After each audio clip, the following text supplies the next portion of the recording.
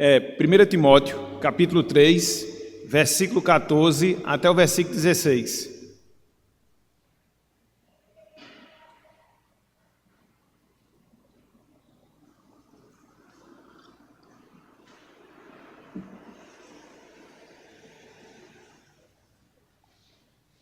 Todos abriram?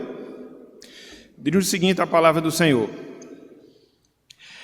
Escrevo-te estas coisas, esperando e ver-te em breve, para que, se eu tardar, fiques ciente de como se deve proceder na casa de Deus, que é a igreja do Deus vivo, coluna e baluarte da verdade. Verso 16. Evidentemente, grande é o mistério da piedade. Aquele que foi manifestado na carne, foi justificado em espírito, contemplado por anjos, pregado entre os gentios, crido no mundo, recebido na glória. Até aqui, até o versículo 16, que o Senhor nos abençoe e que Ele esteja aplicando em nossos corações a sua santa e bendita palavra. Amém. Meus irmãos, minhas irmãs, hoje a gente vai complementar a aula que nós iniciamos na semana passada. Essa aula, ela tem como título A Humanidade de Jesus. O título, A Humanidade de Jesus. E conforme o próprio título ele já aponta, a gente está considerando a segunda natureza de Jesus Cristo, que é aquilo que nós chamamos de natureza humana. No nosso estudo anterior sobre a divindade, a gente considerou a natureza divina de Jesus. E agora, meio que complementando, nós estamos a considerar a natureza humana de Jesus. Na verdade, é justamente sobre isso que Paulo, ele inicia esse trecho aqui do versículo 16, que é a parte que a gente vai recitar no final da nossa escola bíblica dominical. É por isso que Paulo diz: evidentemente, grande é o mistério da piedade. E ele começa a descrever esse aspecto específico da pessoa de Jesus Cristo, ou seja, a sua humanidade. Tanto é que ele diz, aquele que foi manifestado na carne. Então, Paulo está falando justamente acerca disso, da natureza humana de Jesus. Ele está falando da humanidade de Jesus. Ele está falando acerca da encarnação do Verbo, conforme João também fala lá na primeira parte do seu evangelho. Então, o nosso objetivo nessa aula é justamente fazer essas considerações. Que considerações? Considerações relacionadas à natureza humana de Jesus. Tanto é, meus irmãos, minhas irmãs, que a gente dividiu esse estudo em dois blocos, em duas partes. No primeiro momento, que foi o que nós vimos na semana passada, a gente considerou algumas provas que comprovam que Jesus Cristo ele foi humano, assim como todos nós somos humanos, com exceção, é claro, do pecado. E a gente viu que Cristo ele tinha uma natureza, uma aparência humana, ou seja, ele se parecia de fato com um ser humano, a sua aparência era semelhante, na verdade era um ser humano. A gente viu que Cristo ele passou pelos desenvolvimentos normais que qualquer ser humano passa, seja no sentido intelectual, seja no sentido espiritual, seja no sentido físico, e vimos também algumas limitações humanas relacionadas à pessoa de Jesus Cristo. Ele teve fome, ele teve sede, ele cansou, ele tinha desconhecimento de alguns fatos, ele morreu. Então, tudo isso aponta e comprova a humanidade de Jesus. Então a gente viu alguns textos que nos direcionam a essa compreensão. E agora, nessa manhã de hoje, o que é que a gente vai fazer? A gente vai trabalhar o segundo aspecto da nossa lição, ou seja, a razão da humanidade de Jesus. Porque, de certa forma, esse ponto ele deve ser levantado. Ele deve ser levantado nas nossas mentes. A gente deve indagar, por que será que o nosso Redentor, por que será que o nosso Salvador não era apenas divino, ou seja, Deus, mas também ele era humano? Por que será que houve essa necessidade da segunda pessoa da Trindade se encarnar, da segunda pessoa da Trindade assumir a natureza humana. No seu sentido generalizado, vamos assim dizer, a gente pode afirmar que Cristo, ele também possuía uma natureza humana em virtude do plano de salvação que ele deveria consumar, como de fato ele consumou quando ele esteve ali na cruz do Calvário. A gente não pode esquecer, meus irmãos, a gente não pode esquecer, minhas irmãs, que houve um ser humano, o primeiro ser humano, ou seja, Adão, que Deus o criou conforme a sua imagem e semelhança, fez um pacto com ele ali no Jardim do Éden, um pacto de vida, vamos assim dizer. Contudo, Adão acabou que não correspondeu com aquilo que Deus lhe exigiu. E aí ele trouxe consigo o pecado, ou ele trouxe para este mundo o pecado, não só para ele, mas para todos nós que descendemos dele, ou seja, toda a raça humana. Então veja, se vem o pecado, consequentemente vem a morte, através de um ser humano, para que haja a salvação da raça humana, um outro ser humano ele tem que vir, para que assim ele possa cumprir com tudo aquilo que Deus exige, para que essa salvação ela venha a ser adquirida. Contudo, esse ser humano não era qualquer ser humano, era um ser humano que também possuía uma natureza divina, ele também era Deus, e por isso Cristo ele é o autor, e por isso Cristo ele é o consumador da nossa salvação, porque não só ele possuía uma natureza, uma essência divina, ele era Deus, mas também ele possuía uma natureza, uma essência humana, ele também era homem. Então, na manhã de hoje, o que é que a gente vai ver? A gente vai considerar, meus irmãos, minhas irmãs, algumas razões, alguns motivos pelos quais Cristo, a segunda pessoa da Trindade, Cristo, o Redentor, ele obrigatoriamente teve que ser também humano. E conforme vocês têm aí nas suas lições, conforme vocês têm aí no material que foi distribuído, a gente vai considerar pelo menos 6 razões, 6 motivos pelos quais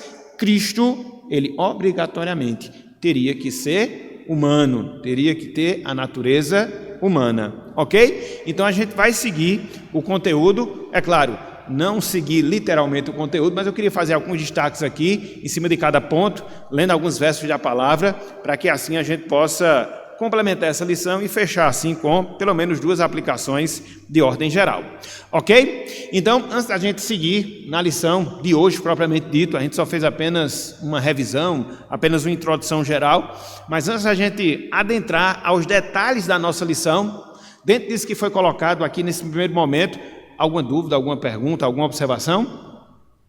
Tudo entendido? Tudo compreendido? Sim ou não? Bem convictamente, sim ou não?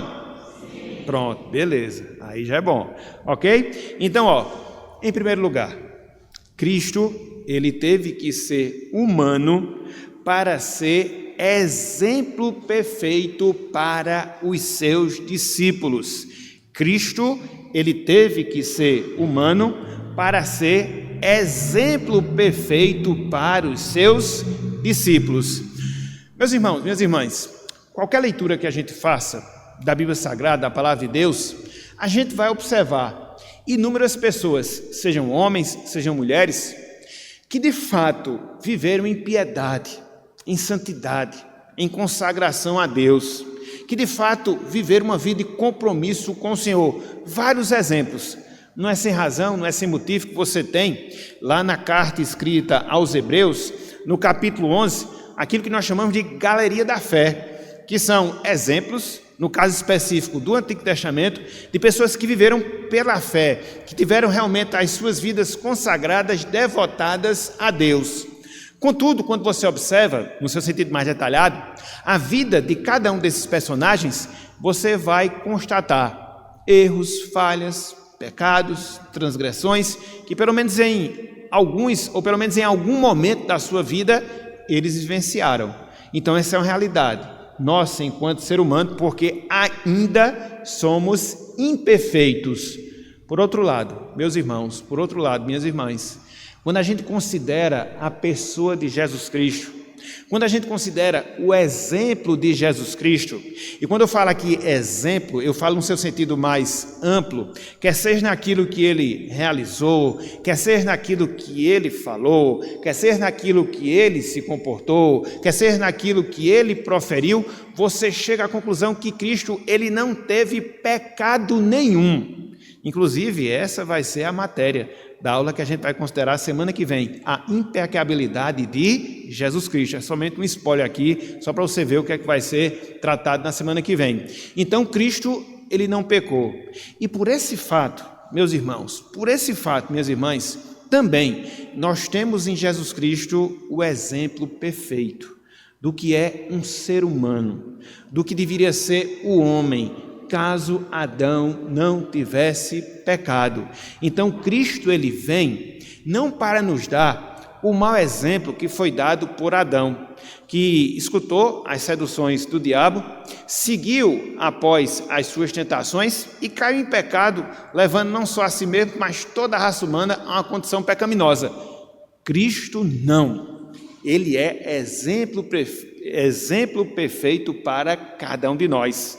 De sorte que a gente pode mirar no exemplo de Jesus Cristo, de sorte que a gente pode seguir no exemplo de Jesus Cristo, e ao fazermos isso, nós devemos ter convicção, como de fato deve ser, de que estamos andando no caminho correto. Porque em nenhum momento Cristo se desviou do propósito de Deus, da vontade do Senhor. Enquanto pessoas, enquanto cristãos, devemos ser exemplos? Sim. Devemos chamar as pessoas a seguir o nosso exemplo? Sim. Mas a gente vai falhar em dado momento da nossa vida. Mas quando a gente olha para Jesus Cristo, não. Ele é o exemplo perfeito de humanidade. Então, quer fazer a vontade do Senhor? Quer se submeter ao seu propósito? Quer viver em santidade? Mire para a pessoa de Jesus Cristo. Por isso, ele veio em carne. Por isso, ele se encarnou, para mostrar a mim e a você o que é uma humanidade perfeita. O que é ser humano perfeito? Vamos alcançar esse nível aqui nesse mundo? Não, mas nós devemos mirar como nosso objetivo de vida. Então, de vários textos que nós poderíamos citar, mostrando essa necessidade, de enxergarmos o exemplo perfeito de Jesus Cristo para poder reproduzi-lo em nossa vida, eu queria chamar a atenção pelo menos de um texto.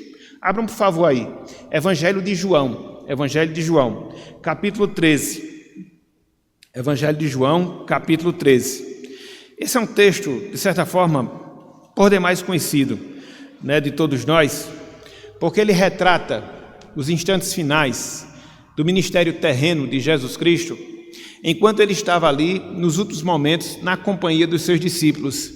E aí ele nos dá um exemplo, no sentido específico, um exemplo de humildade. Por quê? Porque ele lava aos pés dos seus discípulos. Então, a humildade aqui, o aspecto do exemplo aqui, direcionando-nos para a humildade de Jesus Cristo. Olhem só, João 13, versículos 13 até o versículo número 15. Olha só. Diz o seguinte, a palavra do Senhor, palavras do próprio Jesus Cristo. João 13, de 13 até o versículo 15. Vós me chamais o Mestre e o Senhor, e dizeis bem, porque eu o sou, o Mestre e o Senhor. Ora, se eu, veja, sendo o Senhor e o Mestre, vos lavei os pés, também vós deveis lavar os pés uns dos outros. Porque, veja, eu vos dei o exemplo, para que, como eu vos fiz, façais vós também. É claro, meus irmãos, é claro, minhas irmãs, que aqui a gente não tem um mandamento no sentido estrito de lavar os pés uns aos outros, como existe na igreja romana, Aquilo que eles chamam de cerimônia do lava-pés. Quem era romanista aqui, no sentido mais tradicional, sabe muito bem do que eu estou falando. Mas o que Cristo quer mostrar aqui é que a gente deve seguir o exemplo dele, não necessariamente nesse ritual de lavar os pés de um próximo nosso, mas no sentido de nós termos o Espírito que nos leva, ou que levou Jesus Cristo lavar os pés aos seus discípulos, que é o quê? O Espírito de humildade. Só contextualizando melhor, nos tempos do Senhor Jesus Cristo, havia muito isso. Na verdade, era um ritual que obrigatoriamente era seguido nas casas das pessoas dentro daquele contexto histórico de Jesus. As pessoas faziam as suas viagens, basicamente eram viagens que elas faziam a pés, ou de pés, agora eu não sei como é, mas andando, vamos assim dizer. Então se sujava os pés. E aí, antes de se ceiar, de fazer as refeições, como as mesas nos tempos de Jesus Cristo, elas não possuíam cadeiras, eram como que fossem divãs, que você sentava literalmente no chão e que você colocava a sua perna, os seus pés para um dos lados, e havia necessidade de você pelo menos higienizar os seus pés, para que ali não pudesse produzir um aroma que fosse tão desagradável. Então, por isso, cabia, veja, ao servo mais humilde daquela casa essa função. Ao chegar algum visitante, ao chegar algum convidado, aquela pessoa era designada, o mais humilde dos servos, a lavar os pés daqueles visitantes. Então, quando Cristo ele faz isso, ele está assumindo essa condição de servo, mas não qualquer servo, o servo mais humilde, o servo mais pequeno, menor, melhor dizendo. Então, é esse o princípio que ele quer nos transmitir. Assim como ele foi humilde, assim como ele não foi orgulhoso e fez a tarefa que estava reservada para aquele servo mais humilde, assim nós devemos ser uns para com os outros humildes. Então foi por isso que Cristo, primeiramente, tomou a natureza humana, para que, repito, ele pudesse ser exemplo de humildade para todos nós que somos seus discípulos. Ok, meus irmãos? Ok, minhas irmãs? Então esse é o primeiro motivo, essa é a primeira razão. Eu vou ver o segundo, quando for depois do segundo motivo, eu vou parando para escutar os irmãos, caso haja alguma dúvida, alguma pergunta. Então, em segundo lugar, Cristo ele veio representar genuinamente o seu povo. Por isso que ele foi humano. Por isso que ele assumiu a natureza humana. Veja, Adão, ele foi o primeiro representante da humanidade. E conforme nós falamos na nossa palavra introdutória, Adão ele fracassou naquilo que Deus havia projetado, determinado para ele. Na verdade, a gente pode dizer que Adão ele falhou dentro da sua missão. Então, coube à segunda pessoa da Trindade vir a esse mundo, tomar a natureza humana, ser o segundo ou o último Adão, para quê? Para cumprir os propósitos de Deus, propósitos esses que não foram cumpridos com Adão lá no jardim do Éden, sobretudo propósitos salvadores. Então Cristo ele veio para nos representar. Cristo ele veio para assumir o posto que Adão, infelizmente, por causa do seu pecado, abandonou. E é interessante, meus irmãos, minhas irmãs, porque a Bíblia, ela sempre trabalha com esse caráter. Que caráter? Aquilo que a gente chama de caráter de representatividade. Então veja, Adão, ele era o nosso representante, mas infelizmente pecou, e aí ele tornou-se o nosso representante no pecado, que gera morte, que gera condenação. Então em Adão todos nós estávamos completamente perdidos. Porém, Cristo, ele é o nosso segundo representante, ele assume o lugar de Adão, e ao nos representar, assumindo o lugar de Adão, cumprindo o propósito de Deus, ele agora não é o representante da perdição, mas Cristo, ele é o representante da nossa salvação. É por isso que a nossa redenção, ela está arraigada, ela está alicerçada, ela está baseada, tanto na pessoa, como também na obra de Jesus Cristo. Olha só o que o apóstolo Paulo fala acerca disso. Abram, por favor, aí. Carta de Paulo aos Romanos. Carta de Paulo aos Romanos, capítulo 5. Carta de Paulo aos Romanos, capítulo 5.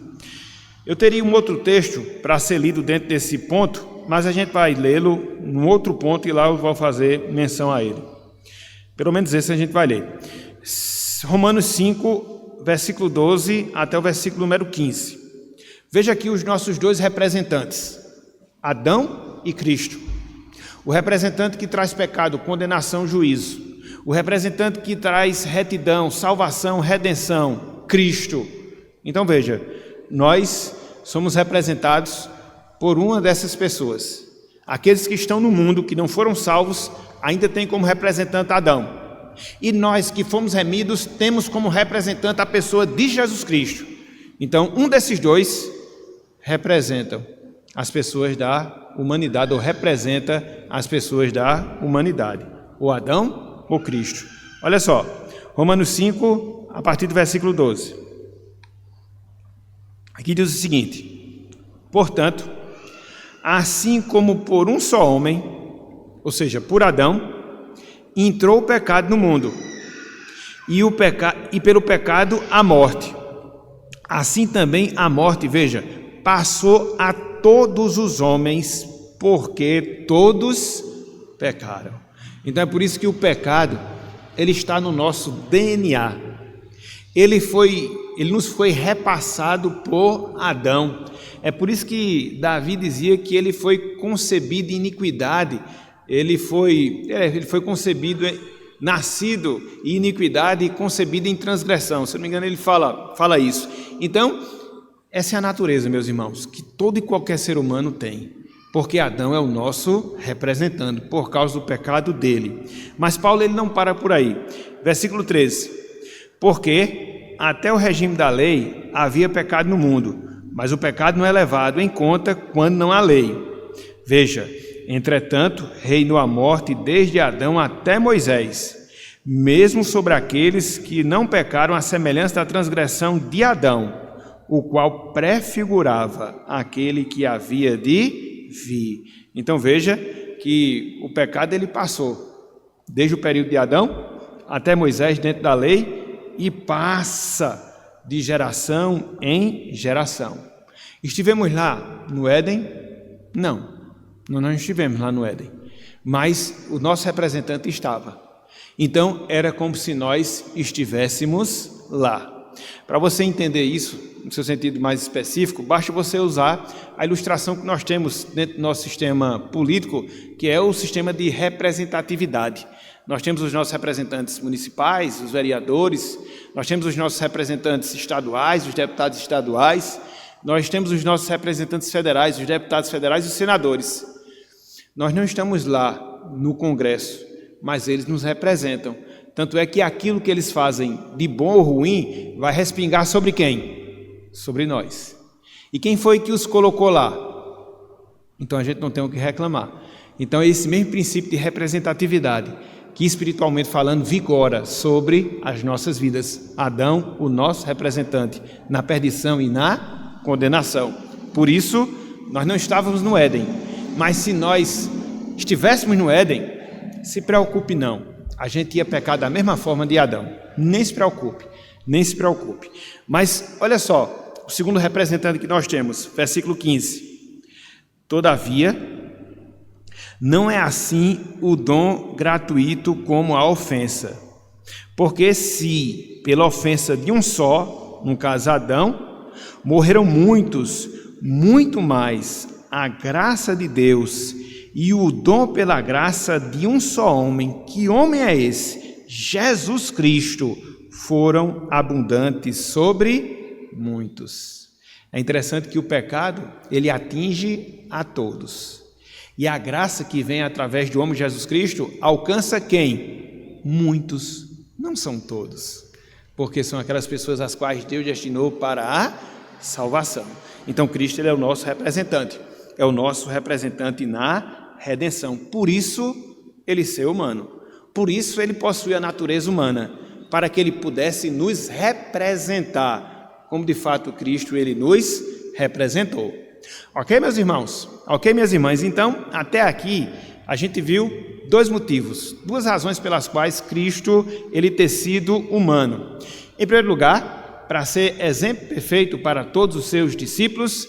Em segundo lugar, para nos representar, ser o representante do seu povo. Ok? Então, dentro do que a gente expôs até aqui, alguma dúvida, alguma pergunta, alguma observação?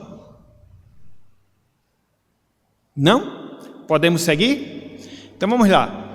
Em terceiro lugar, a terceira razão, o terceiro motivo.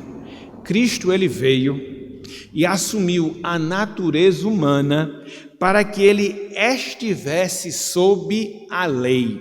E quando eu falo aqui lei, eu falo a lei de Deus em todos os seus 3 aspectos: a lei cerimonial, a lei civil e, sobretudo, a lei moral. Então, Cristo, como homem, ele se sujeitou e obedeceu perfeita e integralmente à vontade de Deus em relação à sua vida.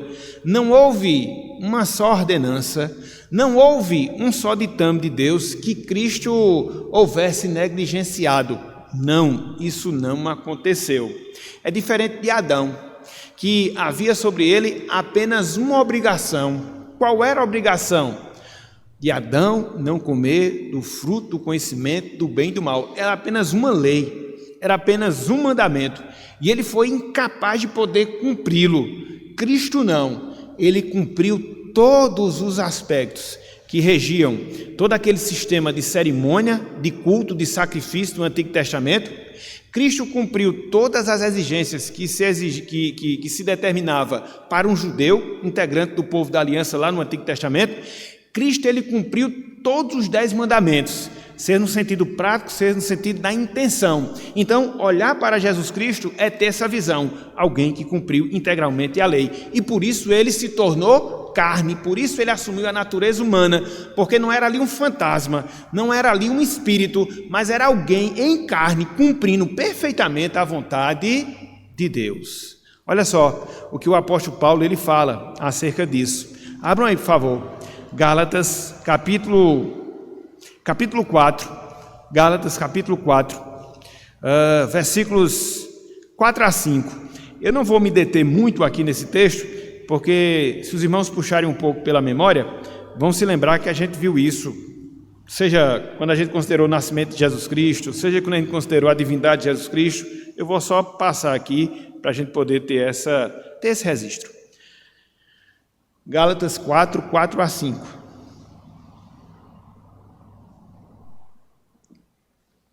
Olha só. Vindo, porém, a plenitude do tempo, a gente já viu isso aqui, o tempo exato de Deus, Deus enviou seu Filho, como? Nascido de mulher. Isso aponta para quê? Para a natureza humana de Jesus Cristo. E ele complementa, nascido sob a lei, porque Cristo estava submetido às exigências, às ordens divinas constantes na sua lei. Versículo 5, para resgatar os que estavam sob a lei, a fim de que recebêssemos a adoção de filhos. Então, ele veio com esse objetivo, cumprir a lei. Era por isso que Cristo ele tinha essa autoridade de chegar, como de fato ele chegou, pelo menos em um momento do seu ministério, para as autoridades religiosas do seu tempo, os escribas e fariseus, e dizer: ninguém me convence ou me acusa de pecado.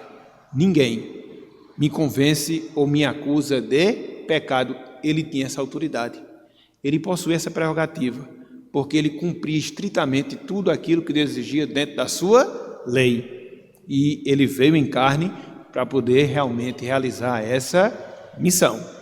Ok? Então, em terceiro lugar, Cristo ele veio como homem, assumiu a natureza humana para que ele estivesse sob as exigências da lei de Deus. Mas não só isso. Em quarto lugar, Cristo ele veio como homem para poder arcar com as consequências do pecado. Estou identificando aí, dentro do material que vocês receberam? Sim? O item 2.4? Estão? Então, para arcar com as consequências do pecado. Foi aquilo que nós falamos. O pecado, meus irmãos, gerou várias consequências. Às vezes a gente pensa que a queda foi um tropeço. Não, a queda foi muito mais que um tropeço. A queda foi uma derrota. Sob vários aspectos, sobre vários ângulos que Adão ele sofreu. Quer seja no sentido moral, quer seja no sentido espiritual, quer seja no sentido físico. No sentido moral, por quê? Porque Adão, ele errou o alvo que Deus havia proposto para ele. Na verdade, essa é uma das definições da palavra pecado, errar o alvo de Deus para nós. Então, no sentido moral, houve essa consequência. No sentido físico, também houve consequência, porque na medida em que Adão pecou, ele trouxe consigo a realidade triste da morte. Nós não deveríamos morrer, mas infelizmente o pecado veio e traz essa triste realidade para as nossas vidas, consequências físicas e também consequências espirituais. Por quê? Porque o pecado nos distanciou de Deus. É por isso que, logo após pecar, a primeira coisa que Adão faz, juntamente com Eva, é tentar fugir da presença de Deus, apontando o quê? Apontando para quê? Para essa realidade. O pecado, ele faz com que a gente perca a comunhão com o Senhor, a interação com Deus. Então veja que o pecado, ele traz consigo consequências de várias ordens. Repito, no sentido físico, repito, no sentido moral, repito, no sentido espiritual. Foram várias consequências que o homem, Adão, ele trouxe para nós. Então Cristo, ele teve que vir para que na sua carne ele pudesse sofrer, arcar com todas as consequências, não de pecados que ele, Cristo, porventura houvesse cometido, não, mas ele veio em carne para arcar com as consequências dos nossos pecados, nós que nos constituímos seu povo desde todo sempre. Então veja, meus irmãos, como foi importante, como foi fundamental Cristo, ele assumir a natureza humana, porque as consequências que nós iríamos arcar com os nossos pecados, Cristo arcou em nosso lugar. A grande diferença é que se nós tivéssemos arcado com os nossos pecados, a gente nunca ia sair de um estado de condenação, iríamos ser punidos eternamente, porque a gente não poderia pagar nem o preço total dos nossos pecados. Não. Cristo veio, e durante aquele período em que ele esteve na cruz, Cristo veio, sobretudo naquele instante que ele deu a sua vida, ele arcou com o preço de todos os nossos pecados. É por isso que a nossa salvação, ela tem como base a obra de Jesus Cristo, o homem perfeito. Deus transferiu para ele, para Jesus, aquilo que estava reservado para nós. E Deus nos deu a justiça santa de Jesus Cristo para que assim nós pudéssemos ser salvos. É aqui onde se baseia aquilo que nós chamamos de doutrina da justificação. É uma transferência. Cristo assume os nossos pecados e sofre e morre por eles. Cristo transfere a sua justiça para que Deus não nos veja mais como pecadores, mas veja como pessoas santas, perfeitas, não por causa de nós mesmos, mas por causa da obra de Jesus Cristo que está sobre nós. Doutrina da justificação. Olha só, meus irmãos, o que o autor aos Hebreus fala acerca disso. Abram aí, por favor. Hebreus capítulo 7. Quem esteve no estudo quarta-feira passada, ou quem viu o vídeo do estudo de quarta-feira passada, vai se lembrar aqui desse texto. A gente considerou Hebreus capítulo 7, versículos 22 até o versículo 28. E naquela oportunidade, a gente viu Jesus Cristo como garantia da nossa salvação, algumas razões, 5, e eu fiz menção a esse texto. Então, quem não viu, se interessar, está lá, o vídeo editado ou o vídeo completo.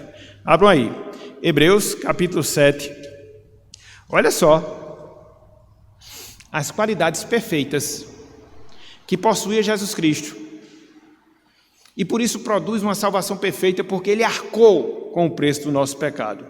Olha só, Hebreus capítulo 7, versículo 26 e também o versículo de número 27.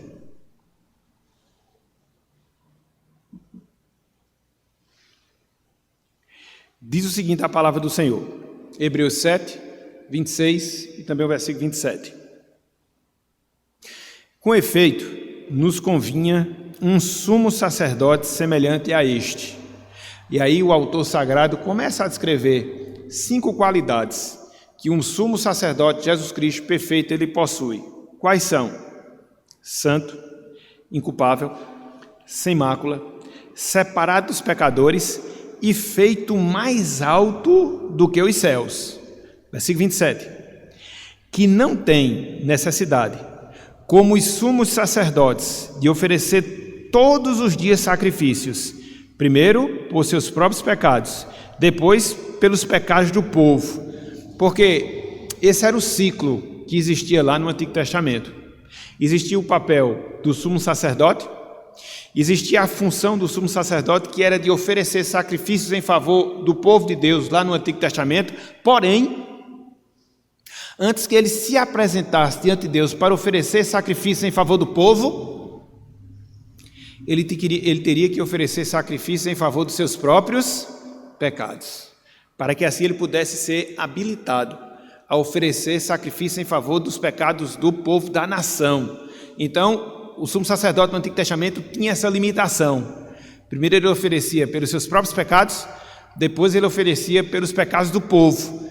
Cristo é assim? Não. Olha só o que ele fala aqui no complemento. Porque fez isto uma vez por todas, quando a si mesmo se ofereceu. Cristo era perfeito. E no caso dele, Cristo ele foi tanto a oferta como também o ofertante.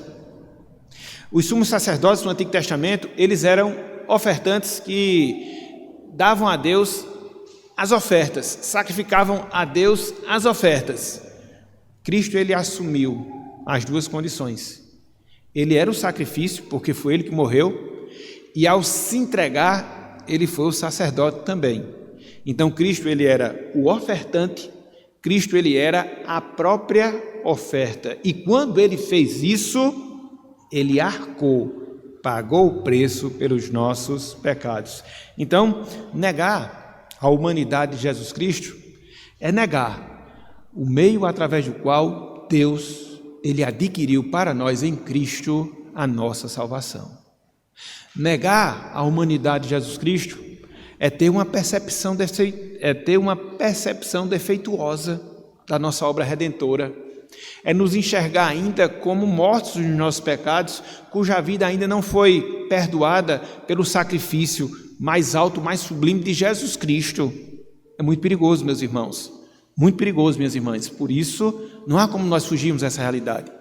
Se hoje nós, homens, se hoje nós, pessoas, somos salvos, foi porque o homem Jesus se encarnou para adquirir essa salvação.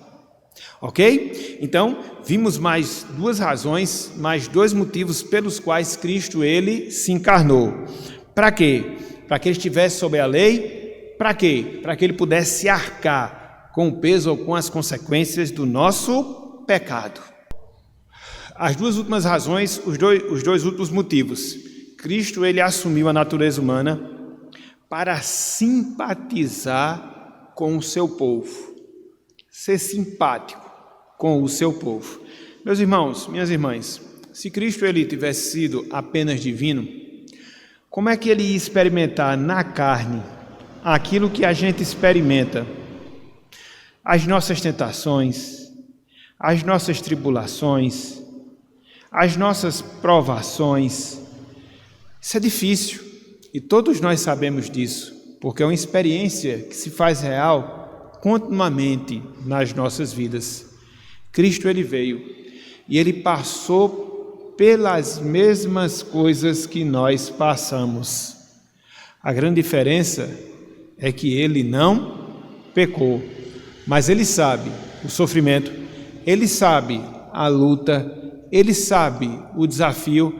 Na verdade, ele foi empático, ele simpatizou com cada um de nós, porque ele veio vivenciar os dramas que a gente vivencia. Agora, a grande diferença foi que ele não pecou, a grande diferença foi que ele não desobedeceu a Deus.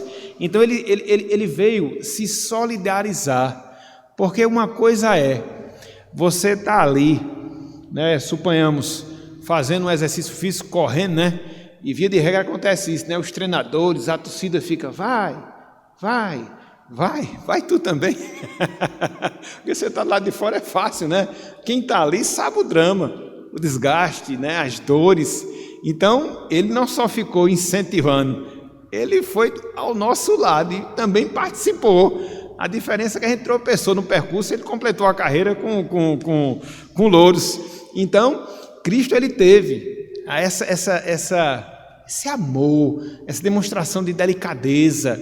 Não, eu vou viver o que eles vivem, e eu vou vencer aquilo que eles passam, aquilo que eles sofrem, aquilo que eles são derrotados, para que eles possam, entendeu? Ter em mim não só o exemplo, mas para que eles possam buscar em mim as forças para vencer as mesmas dificuldades. Olhem só, Hebreus capítulo 4. Hebreus capítulo 4, versículo 15 e 16. Esses outros textos aí, vocês vão ver vários que eu não estou lendo, é só por causa do tempo, viu? Mas você em casa pode fazer essa leitura, pode estudar, o material foi distribuído por causa disso, para você poder ter esse acesso e fazer isso em casa. Eu estou só dando os destaques aqui no conteúdo, até porque se fosse para ler, não teria necessidade, né? Era só dar para os irmãos. Então vamos lá, Hebreus capítulo 4, versículo 15 e 16. Olha só. Porque não temos sumo sacerdote, veja, que não possa compadecer-se das nossas fraquezas. E porque Cristo se compadece das nossas fraquezas, o autor sagrado ele responde: antes, veja, foi ele tentado, olha, em todas as coisas, a nossa semelhança, olha o diferencial, mas sem pecado. Então, seja o pecado da glutonaria, seja o pecado da cobiça, seja qual for, meus irmãos. Às vezes a gente pensa que Cristo só foi tentado daquelas 3 formas ali em Mateus capítulo 4. Não. E ele não só foi tentado naquele período do deserto, ele foi tentado na sua vida como um todo, em todas as áreas. E ele teria que ser assim. Por quê? Ele teria que vencer o pecado em todas essas áreas, para agora nós podermos vencer o pecado em qualquer área que porventura ela aconteça. Porque Cristo já venceu, e agora nós seguimos os seus passos. Porque Cristo já venceu, e agora Ele se compadece de nós. Porque Cristo já venceu, e agora Ele nos fortalece.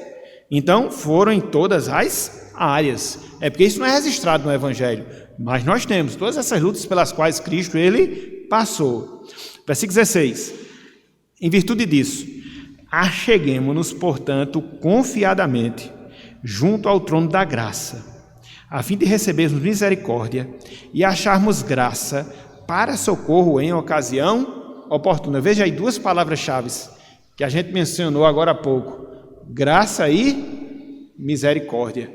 Meu irmão, minha irmã, quando você estiver lutando com o seu pecado, aprenda uma coisa: não lute sozinho.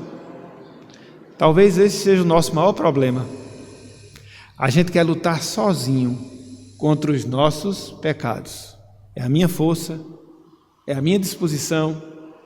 E aí, quando você fizer isso, esteja certo de uma coisa: você vai cair, você vai tropeçar, porque você não pode.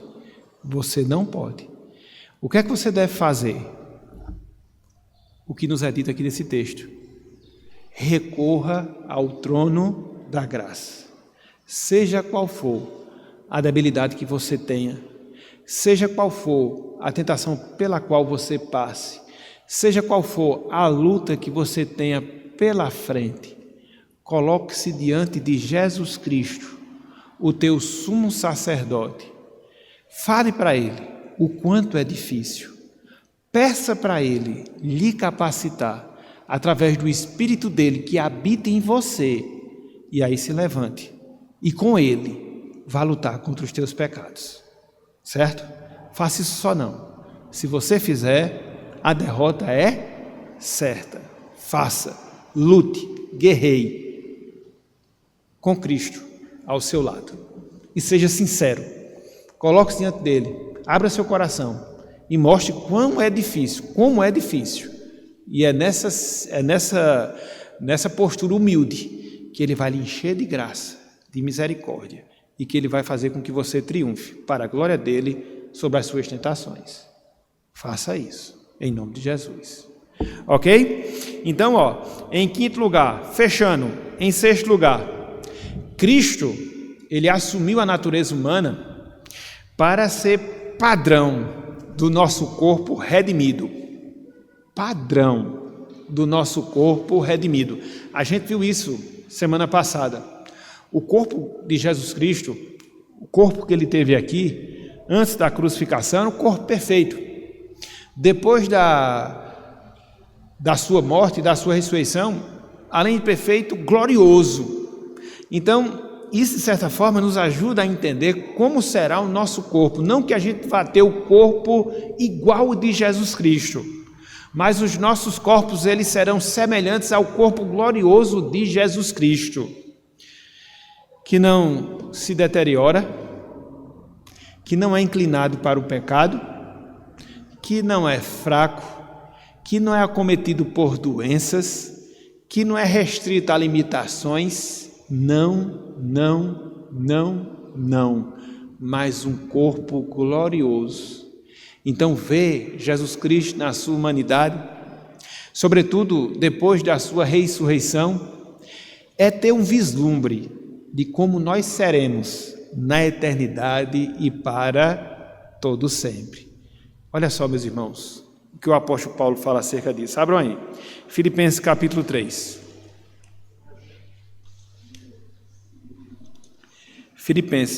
Filipenses capítulo 3.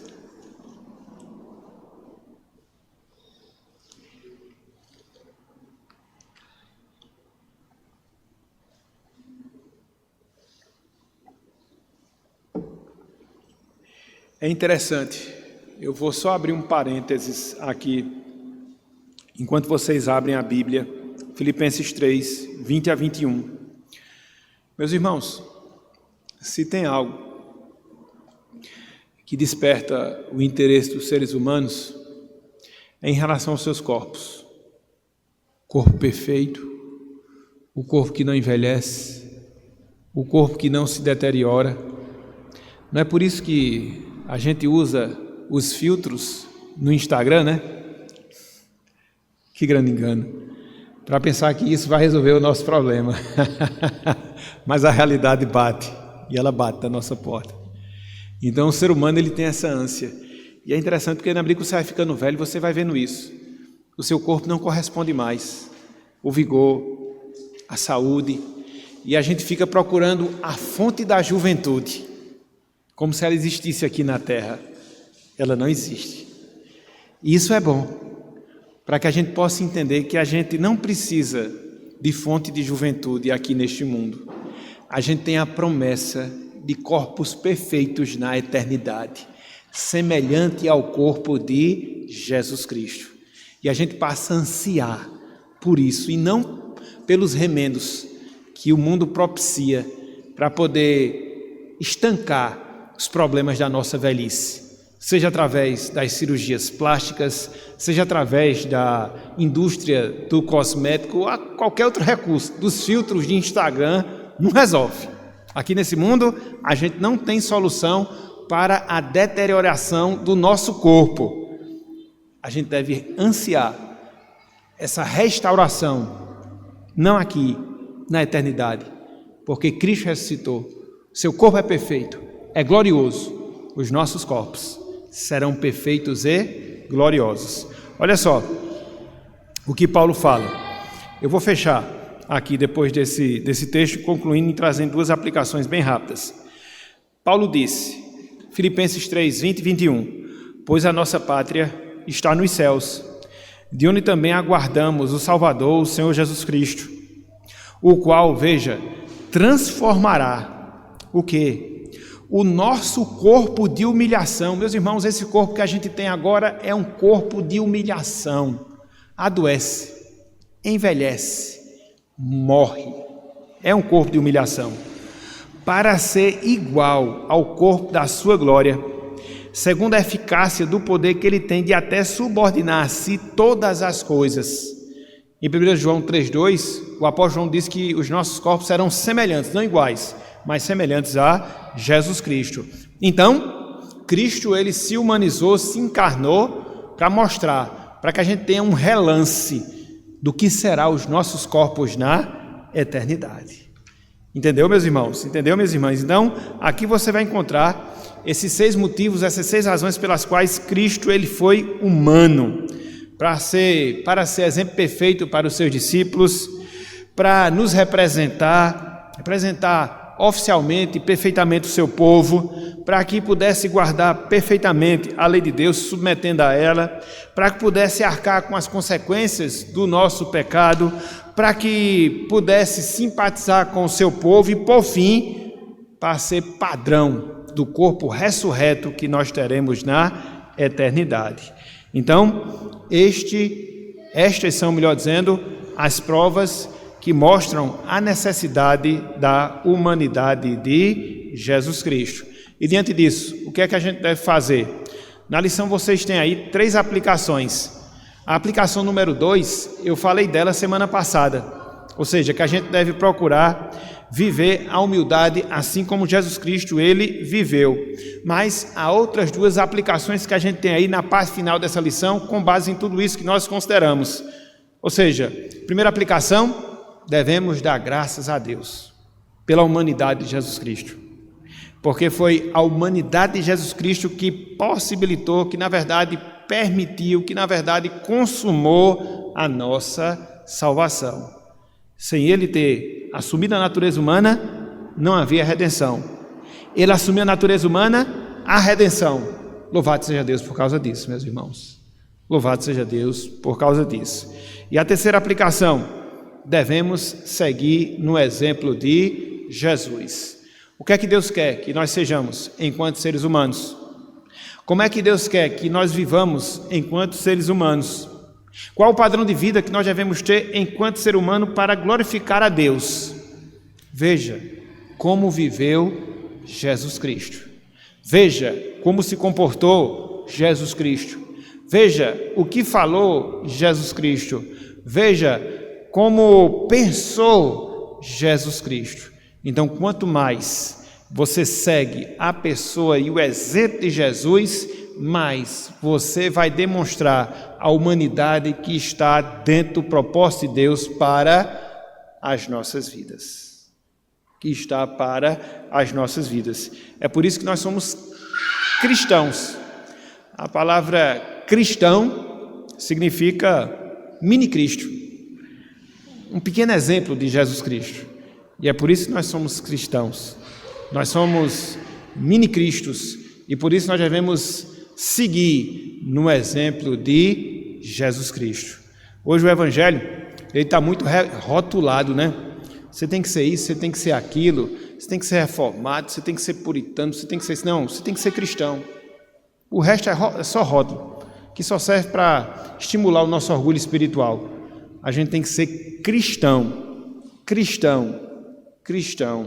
seguir no exemplo de Jesus Cristo. Existe uma música que eu gosto muito, né? Música de Padre Zezinho, que ele fala justamente disso. A gente deve andar como Jesus Cristo andou, pensar como Jesus Cristo pensou, viver como Jesus Cristo viveu, sofrer como ele sofreu. E quando a gente chega ao final do dia, a gente pensa que assim a gente é feliz. Apesar de ser composta, ser cantada por um romanista, mas a letra é bem interessante, é bem bíblica, Então, é o que nós devemos ser, exemplos seguidores de Jesus Cristo.